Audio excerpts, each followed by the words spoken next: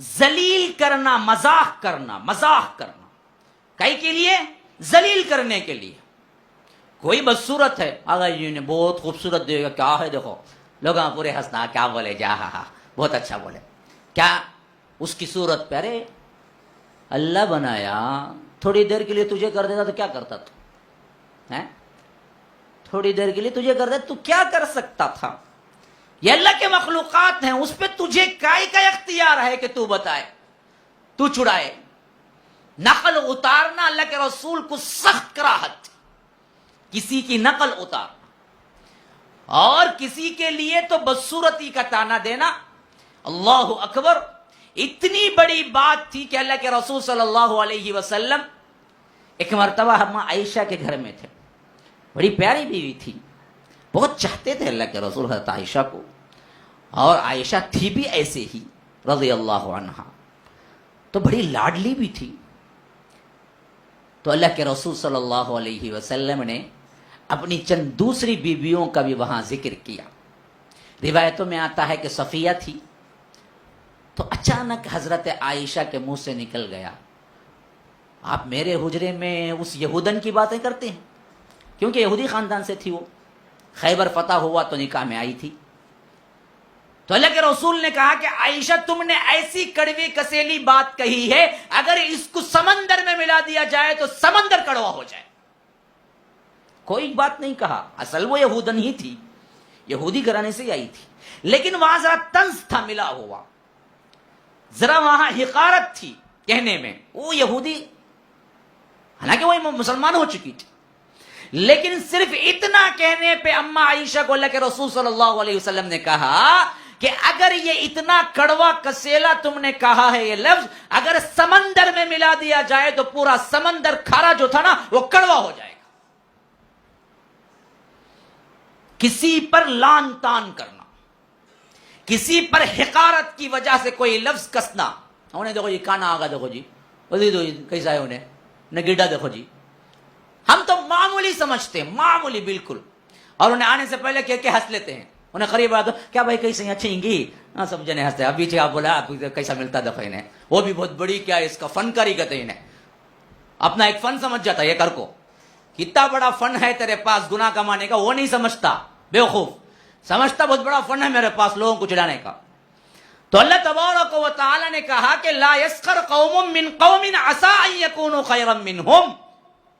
کوئی مرد کسی دوسرے مرد کا مذاق نہ اڑائے، کیونکہ ہو سکتا ہے جت کا تم مذاق اڑاؤ اللہ کے نزدیک وہ تمہارے سے زیادہ مرتبہ رکھنے والا. تم کیا سمجھتے ہو؟ دنیاوی مال متا انشٹ گنشٹ سے یہی چیزیں اللہ کے پاس معیار ہیں. حضرت ابن مسعود رضی اللہ عنہ اسلام لائے تو بڑے جوان تھے اور بڑے پھرتیلے بھی تھے، لیکن تھے دبلے پتلے، اور خاص کر جو پنڈلیاں تھی نا، نیچے کی پنڈلیاں، وہ اتنی باریک باریک ہڈیاں سے لگتی تھی گویا کہ کیا ہے، مونگے کی پھلی ہے، بہت ہی پتلی پتلی تھی. اب ایک مرتبہ اللہ کے رسول ایک باغ میں بیٹھے ہوئے تھے، تو ان کو شدید خواہش آئی کہ میں اپنے ہاتھ سے کھجور کے خوشے توڑ کے اللہ کے رسول کے پاس پیش کروں. تو انہوں نے کیا کیا کہ وہ پتلی پتلی پنڈلیوں سے جھاڑ کے اوپر چڑھنا شروع کر دیا. اب جھاڑ کے اوپر سب سے اوپر پہنچ کے وہ خوشہ توڑنے لگے تو ایک صحابی نیچے سے دیکھ رہے تھے. انہوں نے حقارت سے نہیں، وہ اچانک دیکھے چھوٹی چھوٹی پنڈلیاں باریک سی، تو بے ساختہ ہنس دیے. حقارت بھی نہیں تھی اس وقت ان کی، ان کو دیکھتے ہی ہنسی آ گئی کہ اتنی چھوٹی پنڈلیاں والا. تو اللہ کے رسول نے پوچھا کہ ابھی کون ہنسا ہے؟ تو صحابی ڈر گئے، کہا کہ رسول اللہ میں نے کوئی خطا نہیں کی، حقارت سے نہیں کی، ایسے ہی بے ساختہ ہنسی آ گئی دیکھ. اللہ کے رسول نے کہا تم کیا سمجھتے ہو ابن مسعود کی پنڈلیوں کے بارے میں؟ اگر اللہ تبارک و تعالی کل عدل کے میدان میں، حشر کے میدان میں عدل کا ترازو رکھ دے اور ایک پلڑے میں ابن مسعود کی پنڈلیاں رکھ دے، ایک پلڑے میں پوری کائنات کو رکھ دے تو پوری کائنات جھک جائے گی سامنے اور یہ وزنی نکلیں گی ابن مسعود کی پنڈلیاں. یہ اللہ کے پاس ان کا درجہ ہے. تم کیا سمجھتے ہو؟ تو اللہ تعالیٰ یہی کہہ رہا ہے تم جو مذاق اڑاتے ہو خاص کر کسی کا، ہو سکتا ہے اللہ کے ان کا مرتبہ بہت بلند ہو جس کا تم مذاق اڑا رہے. عسیٰ ان یکونوا خیرا منہم، تمہارے سے بہتر ہو وہ. اچھا، بات تو قوم سے خطاب تھی. لا یسخر قوم، کوئی قوم کسی قوم کا مذاق نہ اڑائے. تو عموم میں عورتیں بھی آ جاتی ہیں. مثلا یا ایھا الذین آمنوا، اب یا ایھا الذین آمنوا کہہ کے کوئی بات کہتا ہے تو کبھی کوئی عورت یہ نہیں کہہ سکتی کہ مجھے تو خطاب نہیں کیا تو میرے لیے یہ حکم نہیں ہے. نہیں، ہمیشہ مردوں کے حکم کے تابع عورتیں خود ہیں تو ان کے لیے بھی وہی حکم ہے. یا ایھا الذین آمنوا اتقوا اللہ، اے لوگو جو ایمان لائے اللہ سے ڈرو. مطلب کیا ہے؟ مرد صرف ڈریں، عورتیں نہ ڈریں. نہیں، عورتوں کے لیے بھی حکم ہے. یا ایھا الذین آمنوا میں یہ بھی اندر شامل ہیں.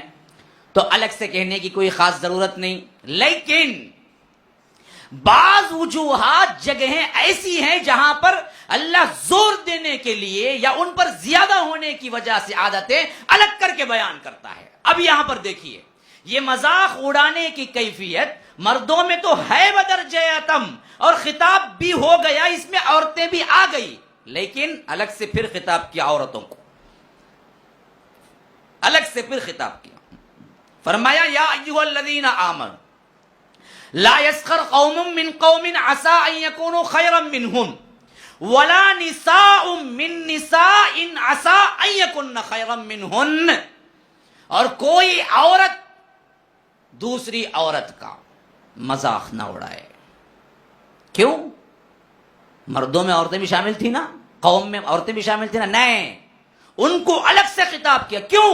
ان کے پاس زیادہ برائی ہے اور اہمیت اچھی طرح جان لیں. جیسے پردے میں آیا ہے قل للمؤمنین یغضوا من ابصارہم ویحفظوا فروجہم، مومنوں سے کہہ دو اللہ کے رسول آنکھیں نیچی رکھو، شرمگاہوں کی حفاظت کرو. تو جب مردوں سے کہا تو عورتیں خود بخود آ گئی. نہیں، مسئلہ حیا کا تھا، بڑا اہم تھا، تو عورتوں کو الگ سے خطاب کیا. وقل للمؤمنات یغضضن من ابصارہن ویحفظن فروجہن، مومن عورتوں سے کہہ دو اپنی نگاہیں نیچی رکھیں، اپنی شرمگاہوں کی حفاظت کریں. ان کے لیے الگ حکم، پھر ان کے لیے الگ حکم. ایسا ہی مسئلہ یہاں پر بھی تھا، سخت معاملہ تھا، مذاق نہ اڑانا تھا. تو فرمایا وَلَا نِسَاءٌ مِّن نِّسَاءٍ إِنْ عَسَىٰ أَن يَكُنَّ خَيْرًا مِّنْهُنَّ، ہو سکتا ہے جس بہن کا تم مذاق اڑا رہے ہو اللہ کے نزدیک تم سے بہتر ہو. اچھا، پھر کیا کہا؟ وَلَا تَلْمِزُوا أَنفُسَكُمْ وَلَا تَنَابَزُوا بِالْأَلْقَابِ، ہرگز ہرگز کسی کو دوسرے القاب، برے القاب سے مت پکارو. جو اس کا نام ہے نا اس سے پکارو، اسے ذلیل کرے جیسا مت پکارو. آگا جی کنگل، آگا جی فقیر، کب دیکھو پوچھ لے کو پھرتا انہیں نہ بولو. آگا جی کالا نہیں بولو. یہ گرو کیسا رہے نہ بولو. وَلَا تَنَابَزُوا بِالْأَلْقَابِ، برے القاب کا استعمال نہ کرو. بئس الاسم الفسوق بعد الایمان، یہ بڑا گناہ کا کام ہے. ایمان لانے کے بعد ایسے گناہوں کا کام کرنا بہت برا ہے. ومن لم یتب فاولئک هم الظالمون، یہ کر کے جو بھی توبہ نہیں کرتا اصل میں یہی ظالم ہے، یہی ظالم.